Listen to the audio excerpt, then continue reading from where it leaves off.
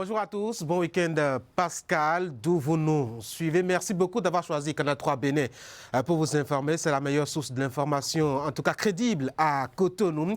Il est 13 h partout au Bénin. C'est le rendez-vous de l'information de la mi-journée. Voici les titres.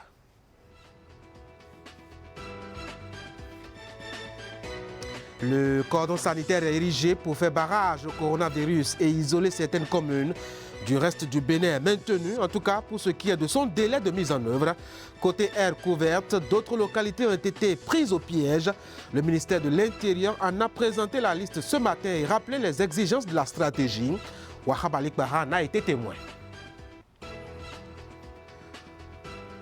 Actualité liée toujours à cette pandémie et le Bénin qui présente une courbe qui pointe du nez à l'instar de tous les pays atteints à travers le monde. On est à 35 cas officiellement maintenant. Conséquence, le gouvernement cherche à anticiper sur sa capacité d'accueil des personnes atteintes. L'hôpital de zone d'Alada fera l'affaire. Le ministre de la Santé y a fait un tour pour y jeter un coup d'œil. Il faut les chercher à la loupe, ces femmes positionnées sur les listes pour la compétition électorale prochaine au Bénin.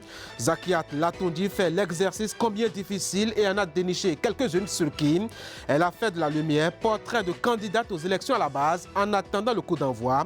Ce sera dans ce journal de la mi-journée. Encore une fois, merci beaucoup d'avoir choisi Canal 3 Bénin pour vous informer. Le gouvernement maintient le cap. Ce sera encore par cordon sanitaire qu'il pourra tenir à l'œil le coronavirus dans son dessein de se propager à l'ensemble du territoire national béninois. Du coup, prolongement du délai initial qui arrivait à expiration demain, mais surtout élargissement de la bande sanitaire à d'autres localités. Ce sont les informations essentielles à retenir du point de presse fait par le ministère de l'Intérieur qui en a profité pour rappeler les implications sécuritaires et les devoirs qu'appelle cet état de choses de la part des citoyens. Wahab Alikbara a enregistré tout cela. Voici un bout de ce test. Après l'évaluation des mesures prises par le gouvernement dans le cadre de la riposte à la pandémie du coronavirus Covid-19, le cordon sanitaire établi pour compter du 30 mars 2020 est maintenu jusqu'au lundi 27 avril 2020 à minuit. Le dit cordon est élargi à de nouvelles localités et comprend désormais les communes suivantes: Cotonou, Abomey-Calavi, Ouida, Alada, Bomassé, Tori, Tofo, Zé, Semepodi, Soava, Agégué, Porte-Novo, Akpro-Misirete et Adjara, ainsi que l'arrondissement d'Achoupa dans la commune d'Avrango. Par conséquent, les mesures antérieures prescrites, auxquelles s'ajoute une nouvelle, restent en vigueur jusqu'au lundi 27 avril 2020 à minuit. Il s'agit de interdiction d'entrée et de sortie de l'espace du cordon sanitaire, sauf dérogation des préfets. Interdiction de regroupement de plus de 10 personnes en tout lieu, à l'exception des espaces marchands, avec obligation de respecter une distance d'1 mètre minimum entre personnes. Interdiction de circulation des bus et minibus de transport en commun de personnes. Interdiction aux taximotos de transporter plus d'une personne à la fois. Fermeture des bars, discothèques et autres lieux de réjouissance. Obligation de respecter une distance d'1 mètre au minimum entre usagers de restaurants et maquis. Obligation pour les employeurs sur les lieux de travail d'installer le dispositif de lavage de mains et de faire respecter la distance d'1 mètre minimum entre personnes. Obligation à l'intérieur du cordon de porter un masque en tout lieu. Limitation du nombre de passagers à bord des taxis et embarcations à 3 au maximum.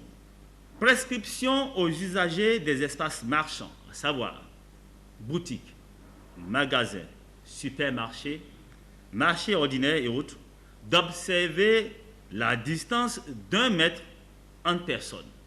Toutefois, sont autorisées les cérémonies d'inhumation dans la stricte intimité familiale et ne regroupant pas plus de 10 personnes, lesquelles doivent respecter la distance d'1 mètre minimum entre elles. La circulation des véhicules de transport de marchandises.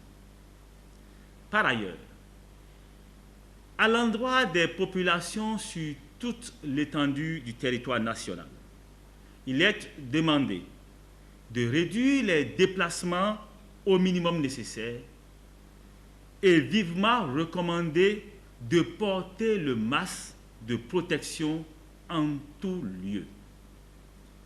Le ministre de l'Intérieur et de la Sécurité publique salue le sens de responsabilité de la population, qui prend de plus en plus conscience de la gravité de la situation et se conforme aux différentes mesures prescrites pour y faire face avec efficacité.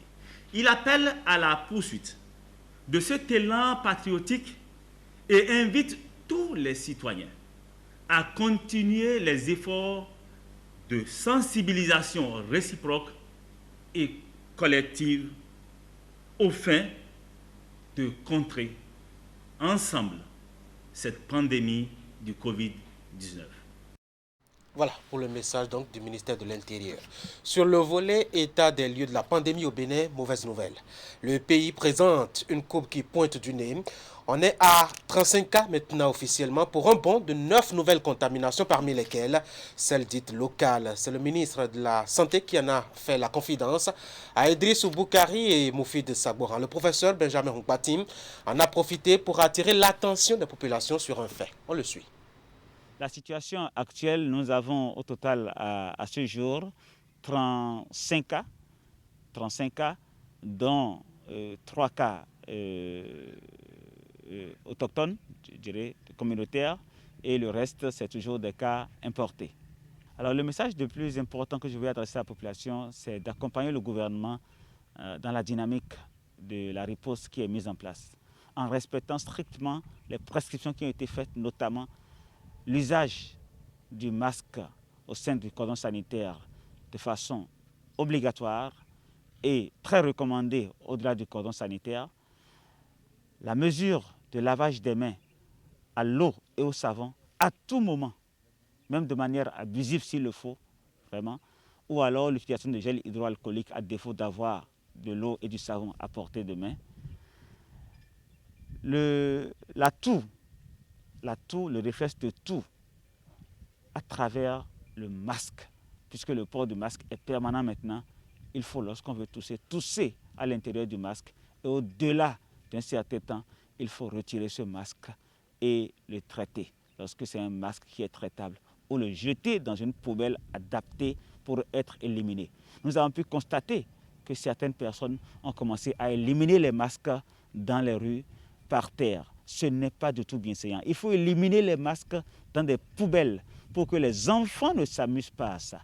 Lorsque nous faisons ça, nous exposons les enfants au risque de contamination et de fait de propagation. L'autre message fort que je voudrais lancer également, les enfants sont à la maison également. Mais on en voit encore dans la rue. Les enfants n'ont rien à faire dans la rue actuellement. Il faut les garder à la maison. Ils sont plus en sécurité chez eux. Et je voudrais inviter les parents à mettre en place le dispositif nécessaire pour garder les enfants effectivement à la maison et non pas s'amuser dans les rues actuellement. Voilà qui est clair. Face à ce nombre de contaminations qui montent, le gouvernement réajuste ses stratégies de lutte. Vous avez déjà suivi tout à l'heure l'information liée au maintien du cordon sanitaire et à son élargissement à d'autres localités. Mais il n'y a pas que ça dans la besace actuelle du Bénin. Il y a aussi l'anticipation sur les capacités d'accueil des nouvelles contaminations. À ce sujet, le ministère de la Santé a pensé à repositionner l'hôpital de zone d'Alada en centre d'accueil. Le ministre de la Santé s'y est déplacé pour donner les dernières consignes aussi dans ce cadre-là. On retrouve Idriss Boukari et Moufid Sabon.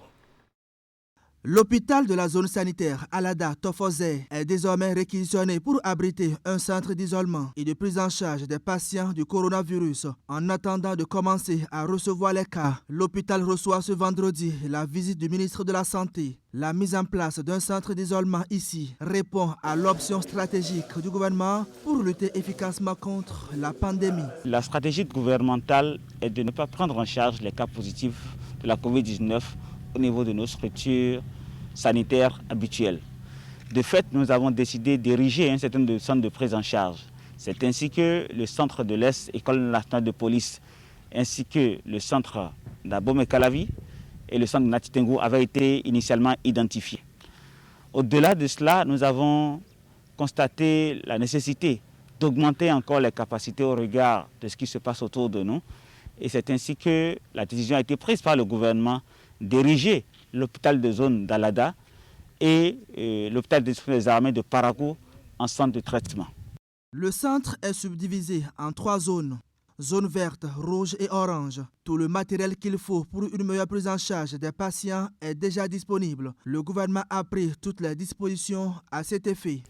Comme vous avez pu le constater au cours de la visite, cet hôpital a toutes les capacités requises pour être transformé en site de prise en charge. En effet, nous disposons déjà d'une centrale de production d'oxygène avec une centralisation de l'oxygène avec au moins 20 entrées qui permettent de mettre en place des dispositifs pour une ventilation assistée en cas de cas compliqués. En dehors de cela, l'hôpital a une capacité d'au moins 100 lits qu'on peut encore étendre et augmenter jusqu'à 150 lits potentiellement. Et cet hôpital offre l'avantage géographique d'être assez reculé et de permettre vraiment de respecter une prise en charge sécurisée pour le reste de la population. L'hôpital de zone d'Abomey-Calavi abritera aussi un centre d'isolement. Les travaux de construction sont en cours et le ministre de la Santé est venu constater le niveau d'avancement. Dernière étape de cette visite du ministre de la Santé, le CHU Mel où un cas a été détecté dans le rang du personnel de la santé. Actuellement, 106 agents sont mis en quarantaine. Le professeur Benjamin Hunkmati est donc venu échanger avec les travailleurs et leur remonter le moral afin qu'ils puissent continuer à accomplir leur mission avec courage et détermination. Idriss Boukari, merci. Sur le volet approvisionnement en consommables médicaux et autres pour le traitement et le suivi des patients ainsi que du renforcement de la stratégie de protection, dynamisme aussi de l'équipe gouvernementale. Cela donne la réception hier d'une importante cargaison de fournitures constituées de masques, des gants, des médicaments et bien d'autres. Ali Moumouni. Très tôt ce vendredi matin, le ministre de la Santé et son collègue de l'économie et des finances sont allés réceptionner des intrants acquis par le gouvernement dans le cadre de la lutte contre le coronavirus. Benjamin Hunkmati et Romuald Ouaddahi ont passé toute leur matinée à l'aéroport international Cardinal Bernardin Gantin de Cotonou pour la cause. Preuve que le gouvernement met les bouchées doubles pour riposter contre la Covid-19. Et depuis 5 heures, nous sommes là en train de faire le déchargement parce qu'il y a pratiquement 22 palettes d'équipements à décharger. Au total, 5 millions de masques faciaux sont arrivés par ce cargo éthiopien. Et ceci ne représente qu'une partie de la commande lancée par le gouvernement. C'est une partie infime de tout ce que nous avons commandé. Quand je prends les masques, il y a plus de 30 millions de masques qui sont commandés, qui sont déjà là. Donc 5 millions sont déjà là. Nous avons des visières parce que pour aller faire des prélèvements, il faut pouvoir se protéger avant de s'approcher des patients. Nous avons des visières qui sont destinées à cela. Nous avons une bonne partie des respirateurs qui ont été commandés également, qui sont arrivés. Nous avons des gants, des équipements de protection individuelle, pour ne citer que ceux-là. C'est vraiment une très bonne nouvelle. Et nous avons également des médicaments qui sont destinés à la prise en charge des cas positifs. Donc vraiment, nous pouvons de fait rassurer le peuple béninois que tout le dispositif pensé par le gouvernement est actuellement complètement achalandé et que nous sommes à même de faire face à la Covid-19 de façon plus efficiente. Les produits réceptionnés par le ministre de la Santé et celui de l'économie et des finances sont commandés en Chine et viennent s'ajouter aux efforts déjà consentis. Porter son masque avant de sortir est obligatoire dans une partie du Bénin depuis le milieu de cette semaine. Et pour le reste, cela est bien facultatif. Seulement voilà, facultatif ou pas, les populations commencent par s'habituer. Attitude citoyenne ou souci de se préserver Un peu des deux, nous dit ici Maître Hélène Amoussou qui est allée faire son enquête au centre du Bénin. On suit. Simple mais salvateur, le port de masque est autrefois laissé au libre choix des citoyens. Il est devenu, avec l'avènement du coronavirus, l'un des gestes barrières. Au Bénin, depuis ce mercredi, le port de masque est désormais obligatoire dans les 12 villes concernées par le cordon sanitaire et fortement recommandé dans les 65 autres. Dans le centre du Bénin, notamment à Boikon et environ, les populations n'ont pas tardé à se mettre au pas. C'est contre la pandémie du Covid-19. On a dit, bon, au moins il faut se protéger, donc il faut porter des cache-nez. Il faut se laver proprement les mains, il faut garder, enfin, ça, même à la maison, même au bureau, il faut avoir de l'eau, du savon avec des gemmes, se nettoyer au fur et à mesure, même si vous touchez quelqu'un ou bien vous touchez n'importe quelle chose là, venue d'une autre personne, il faut se laver les mains. On nous a dit de cacher le nez avec les cache-nez, de mettre les gants, de laver chaque fois les mains 1000 fois par jour, autant de fois que tu pourras. Certaines personnes disent qu'ils ne mettent pas parce que quand ils mettent là, ils sont asphyxiés. La décision émane de l'exécutif. Elle s'inscrit dans le cadre des mesures prises en vue d'éviter la propagation de la maladie. La peur du Covid-19 s'est accentuée avec le premier cas de décès enregistré au Bénin le dimanche 5 avril dernier. Dès lors, le port de masque est conseillé à tous, à pied ou à moto. Hommes et femmes ont pris davantage conscience du danger. Devant les étalages ou autres espaces de vente, on remarque une affluence. Ouais, bon, moi, je crois que la maladie existe. Je l'ai fait comprendre que ce que nous suivons dans les médias, ça ne se passe pas seulement ailleurs, ça peut se passer chez nous. Nous ne souhaitons pas que ça vienne. Nous savons déjà qu'il y a déjà un cas au Bénin. Donc, nous devons nous protéger pour que la maladie s'éloigne du Bénin. C'est une maladie contagieuse. Raison pour laquelle même au niveau des églises, l'État a décidé que les paroisses soient fermées provisoirement, les écoles aussi. Et là où il y a l'affluence, on se demande même en quelle mesure le gouvernement est en train de prendre pour les marchés. Et ce ne sont pas seuls les Béninois qui sont dedans. Les gens sont là pour faire les échanges. Burkinabés, Togolais, Ivoiriens, un peu partout, surtout aujourd'hui que nous avons les projets où on dit EBOMAF, on dit NSE, où c'est des Brésiliens, c'est des Ivoiriens, c'est des Chinois, c'est des Japonais qui sont sur des projets qui sont là et qui, chaque fois, ils vont les serrer, ils reviennent. En plus de la distanciation sociale, le lavage systématique des mains à l'eau et au savon, l'utilisation des mouchoirs à usage unique pour tousser ou éternuer ainsi que d'autres mesures, le port de masque est aussi désormais une priorité. Les citoyens d'Abomey et Boikon n'ont pas attendu de se faire prier avant de se mettre au pas. Il y va de la santé de tous. Bien évidemment. C'était le dossier coronavirus de ce 13h. On va changer de cap. Parlons politique précisément. Je commence en vous présentant les portraits de quelques femmes qui ont eu la grosse veine de figurer sur les listes de candidatures des différents partis politiques qui prendront part aux prochaines élections communales et municipales au Bénin. Leaders d'opinion, activistes politiques, ambitieuses de circonstances, elles ont divers profils retracés par Zakiat Latondi, ici, une autre femme, peut-être pas politique encore, dans cet élément entièrement et essentiellement consacré à la jante dans cette posture. Elle était avec Eder Nkwevi pour les prises d'image. Françoise Béanzin, Rosalie Alagbe, Julie Pedro, Edmond Fonton, des femmes au parcours différents. Elles ont en commun une passion, la politique. Nous sommes donc avec des femmes politiques soucieuses de mettre leur savoir-faire au service de leur communauté. La femme leader se remarque d'abord dans son parti, surtout par son dévouement et son militantisme et surtout ses actions sur le terrain. C'était un souci majeur pour moi que la femme ait sa place dans la société, que la femme contribue au développement de son pays. La femme leader est une femme battante qui draine beaucoup de monde. Et parce qu'elle draine du monde derrière elle, les partis politiques auxquels elles appartiennent les ont positionnées comme candidates aux prochaines élections communales et municipales. Elles ont le mérite d'être en lice et c'est tout un challenge. C'est la détermination et le travail sur le terrain qui m'a valu ce positionnement. Sur 5 titulaires, je suis 3e. Alors, si on fait un maximum de travail, je pense que je pourrais être élue et faire partie du conseil communal prochain d'Abomey-Calavi. La question du positionnement se décide au sein des partis politiques au plus haut niveau. Quel que soit le sexe du militant, il y a des conditions à remplir pour se retrouver en lice, voire en bonne place. Et en la matière, chaque parti a ses dispositions internes. Notre problème n'est pas en fait une guerre. Nous positionnons coûte que coûte la jeunesse à tel endroit, les femmes à tel autre. Non, c'est une vision globale pour l'Union progressiste de construire un pays. Que la qualité soit jeune, nous l'utiliserons. Qu'elle soit au féminin, nous allons l'utiliser. Qu'elle soit au niveau des personnes d'un certain âge, nous allons l'utiliser. Suivant nos dispositions statutaires, nous essayons de faire en sorte que nous respections ce que nous avons écrit dans nos statuts, à savoir 30% de parts réservées aux femmes, 30% de parts réservées aux jeunes.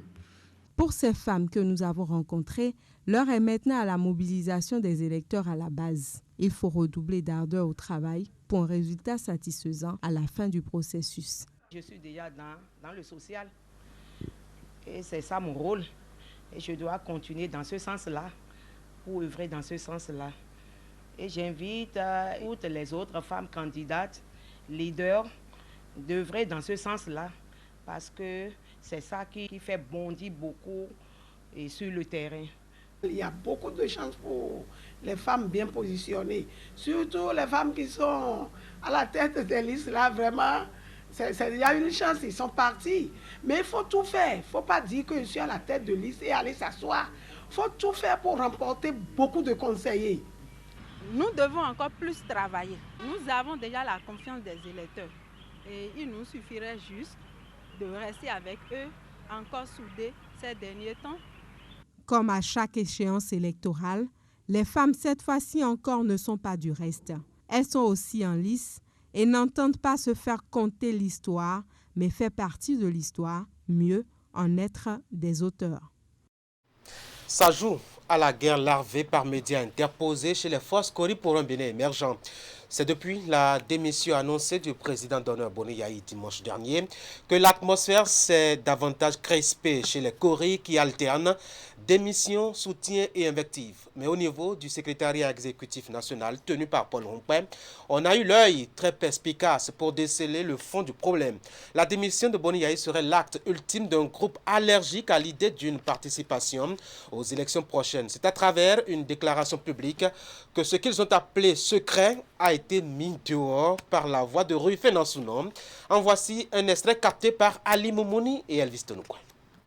Suite à la démission Facebook douloureuse et inacceptable du président d'honneur de notre parti, FCBE, nous avons tous été surpris et bouleversés. Mais la sortie instantanée de certains de nos camarades le mercredi 8 avril 2020 a tout clarifié. Le peuple béninois et les militants FCBE connaissent désormais les acteurs de l'ombre, ceux qui ont poussé le président d'honneur à cette extrémité. Ils sont 6 et se disent frustrés par leur positionnement sur la liste des candidats aux élections communales. Il s'agit de l'honorable Adjovi Justin à Cotonou, l'honorable Abiba Dafia à Kérou, le ministre Patrick Yerima à Kandi, Daniel Sarekwera à Ndali, l'honorable Jean-Marie Alagwe à Zakota et Paulin Dossa à Abomey-Calavi. Mesdames et messieurs, chers journalistes, nous le savions comme tout le monde que nos camarades ont adopté pour le boycott de toutes les élections à venir après la mascarade d'avril 2019. Dans cette posture, nos camarades ne proposent aucune solution pour mettre fin à la dérive démocratique. Ainsi se résume la vraie raison du différend qui nous oppose depuis des mois. Contrairement à eux, nous pensons que la seule et l'unique solution démocratiquement valable est la participation de notre parti aux élections communales et municipales, seul gage de notre présence à l'élection présidentielle de 2021. Au nom de cette grande majorité constituée de plusieurs millions de militants et sympathisants, nous prenons acte de la démission de ces quelques membres du bureau national qui ne remet pas en cause ni le fonctionnement du parti, ni la participation du parti aux élections communales. La crise qui a secoué notre parti vient de connaître son épilogue.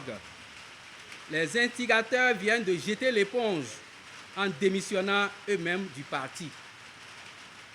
C'est le moment plus que jamais de montrer de quoi nous sommes capables pour donner une bonne raison à notre cher papa Boni Yayi de nous faire davantage confiance et de revenir à la maison.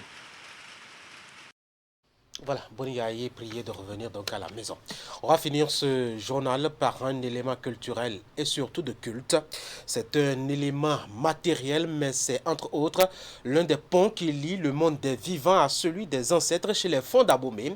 Dans la langue de là-bas, on parle de Assin et c'est un hôtel qui est spécialement dédié à cela où chaque défunt est représenté.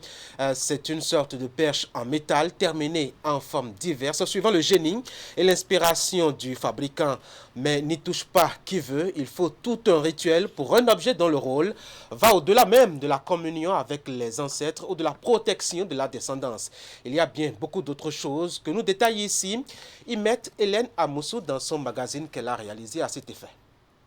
Loin d'être le fruit du génie artistique des concepteurs, l'objet est sacré. C'est un assemblage de fer et de tôle en forme de parasol orné parfois de figurines, communément appelé Assin. L'hôtel portatif Ouman est au centre d'une relation entre les vivants et les morts dans la culture Fon. L'histoire raconte que ses origines remontent au temps jadis. Dans le Dahomey, il y a certaines manières de faire les offrandes en mémoire des membres des ancêtres. L'homme de son vivant mange dans une ou bien dans des calebasses ouvertes. Mais décédé, les offrandes sont faites à son esprit, calebasses fermées. Et c'est pourquoi, d'une manière ou d'une autre, on appelle cela Ruka ou tantôt Sinuka. À l'avènement de nos frères Nago qui ne veulent pas se départir de leur manière de faire, appellent l'hôtel Osai, qui signifie ce que l'on respecte. À Abomey, il en existe dans toutes les familles. En effet, tout défunt, quel que soit son âge et les conditions de son décès, a droit à l'érection d'un hôtel portatif. L'objet est le signe de l'intégration au monde des ancêtres. Aujourd'hui, à Abomey, lorsque vous êtes prince ou princesse, vous décédez automatiquement, jusqu'à la fin des cérémonies, on doit pouvoir aller jusqu'à cette étape-là pour vous représenter par cet hôtel-là. Parce qu'en réalité, lorsqu'on dit chez nous que les morts ne sont pas morts, c'est l'exemple palpable. L'hôtel portatif, qu'on appelle communément Assin ou Sinuka dans notre langue Fon, est un instrument construit en métallique qui symbolise nos parents défunts. Dans ces hôtels, on se dit que c'est là où repose leur esprit. Et quand nous voyons ces Sinuka-là, nous disons qu'ils sont toujours là, au milieu de nous. À travers ce Sinuka, c'est là où je vais leur donner à manger. L'hôtel portatif ne vise pas à décrire le caractère de la personne décédée. Il permet par contre de l'invoquer, de la rendre présente dans et dès l'instant où elle est invoquée. Il incarne l'esprit des morts et de ce fait vénéré comme tel. Le culte périodique à lui voué facilite selon la croyance de ce peuple le contact avec le monde invisible des esprits. Il est matérialisé dans une case dédiée aux ancêtres. Les hôtels portatifs sont mis en terre par ordre de préséance. On ne construit pas l'hôtel comme on veut. C'est suivant ce que tu représentes dans la famille. C'est suivant les consignes données par tes ancêtres. Les enfants, les petits-enfants, les arrière-enfants ne doivent pas avoir des hôtels plus grands que leur grand-père ou bien plus grands que le chef de la collectivité qui est décédé. Chaque année, il y a des cérémonies que nous faisons qu'on appelle libation. Et c'est à travers cette cérémonie qu'on fait appel à ces morts-là pour pouvoir venir prier, veiller sur la suite de la famille. On organise avec ceux qui sont déjà initiés à cette cérémonie-là. Ne vient pas ici qui veut. Ne fait pas cette cérémonie-là qui veut. Et quand on dit à manger, c'est pour permettre à ceux-là qui ne sont plus avec nous de ne pas réclamer, dans l'ancien temps on parlait des humains, de ne pas réclamer des choses plus grandes que cela. Parce qu'à des moments donnés, lorsque vous ne vénérez pas vos ancêtres, il y a d'autres sacrifices que vous avez fait dans la famille. Et là, ça devient plus dangereux. Lors des cérémonies d'hommage aux ancêtres, les officiants, principalement la taïnon, la prêtresse de la famille, est chargée des prières et des offrandes. Elle fait des libations d'eau et autres. La conception, le maniement et tout le rituel autour de l'autel portatif appellent à une dextérité ainsi qu'une maîtrise. Il y a des gens, il y a des spécialistes, des familles, Moutondi, qui font ces genres de sinouka. Donc, quand tu vas chez eux, tu leur demandes qu'ils te confectionnent un autel portatif. Et là, maintenant, c'est à toi de leur dire exactement ce que tu veux qu'ils mettent. Peut-être tu peux faire un résumé d'une petite histoire. Et à travers l'histoire que tu vas leur donner, ils vont te proposer que, bon, voilà, nous te proposons tel symbole que tu pourras mettre sur tes autels portatifs-là. Comme il n'est plus ici, on fait l'image de la croix, là. Après, on fait un pied pour lui montrer que en marchant, en évoluant les affaires de ses enfants, après ça, on fait quelque chose comme la joie. C'est quelque chose du genre d'acte comme ça, là. Toujours pour montrer que tant que les enfants se déplacent, les activités évoluent. Le jour où il est mort ou le jour où il y a la cérémonie, là, ça devait être fait en joie. C'est pourquoi on fait la joie là. Après la joie, on fait l'arc-en-ciel. En fond, on appelle ça Agni. Le nom, son nom, ne disparaîtra jamais sur cette terre. Après, on fait le bananier, suivi d'un petit bananier. C'est toujours pour dire que quelque passe en ando vito. S'il ne paie pas, l'enfant rejoint. C'est ça. Ou si on ne parvient pas à faire ça, on fait un oiseau sur un blé. Le blé comme l'arbre, le truc là. Ça signifie que même s'il reste un enfant que sa joie devait être manifestée à tout moment où la cérémonie aura lieu. Ça veut dire enfant, petit non pour non si dans le temple, on ne sait jamais si un membre de la famille fait coucher les trucs là, ça veut dire qu'il y a un problème pour les chefs de la collectivité. C'est pourquoi tous ces trucs sont toujours maintenus debout dans le temple. Les autels portatifs, il en existe sous plusieurs formes. Les plus célèbres sont ceux qui sont dédiés aux anciens rois de Dahomey. On peut retrouver un certain nombre au musée d'histoire d'Abomey. Ces derniers diffèrent de ceux des communs parce que les artisans de la cour royale utilisent parfois pour les réaliser autres matériaux que le fer. Les autels portatifs rappellent le passage inévitable de tous dans le monde de l'au-delà. Dans d'autres cultures, il existe d'autres façons de vénérer les morts. Les égungun en milieu yoruba, par exemple, permettent de communiquer avec les morts. D'une culture à l'autre, existe donc un lien qui maintient en harmonie les vivants et les morts. Voilà, Imet Hélène Amoussou, pleine de culture, d'histoire et d'enseignement. Merci pour cette réalisation. Mesdames et messieurs, c'est la fin de ce journal. On y aura évoqué essentiellement 2 ou 3 sujets. Il y a le dossier coronavirus qui a ouvert ce journal. On en est désormais à 35 cas de contamination au Bénin. Vous savez aussi que le cordon sanitaire est érigé depuis 2 semaines maintenant, qui devrait expirer demain, prolongé dans le délai, prolongé jusqu'au 27 avril prochain. Vous avez suivi le point de presse rapporté par Wahab Alikpara dans ce journal. Le second sujet est demeuré politique avec un coup d'œil sur les listes des partis politiques pour les compétitions compétitions électorales prochaines. Quelles sont les femmes qui y figurent? Quels sont leurs profils? Zakiat Latondi nous a donné un peu de lumière. Puis on a fini avec justement cette belle réalisation, faut-il le souligner, d'Imet Hélène Amoussou. C'est donc la fin de ce 13h. Merci d'avoir été là. Je vous souhaite de passer un très bon week-end, Pascal. Bonne fête de Pâques et surtout à la semaine prochaine.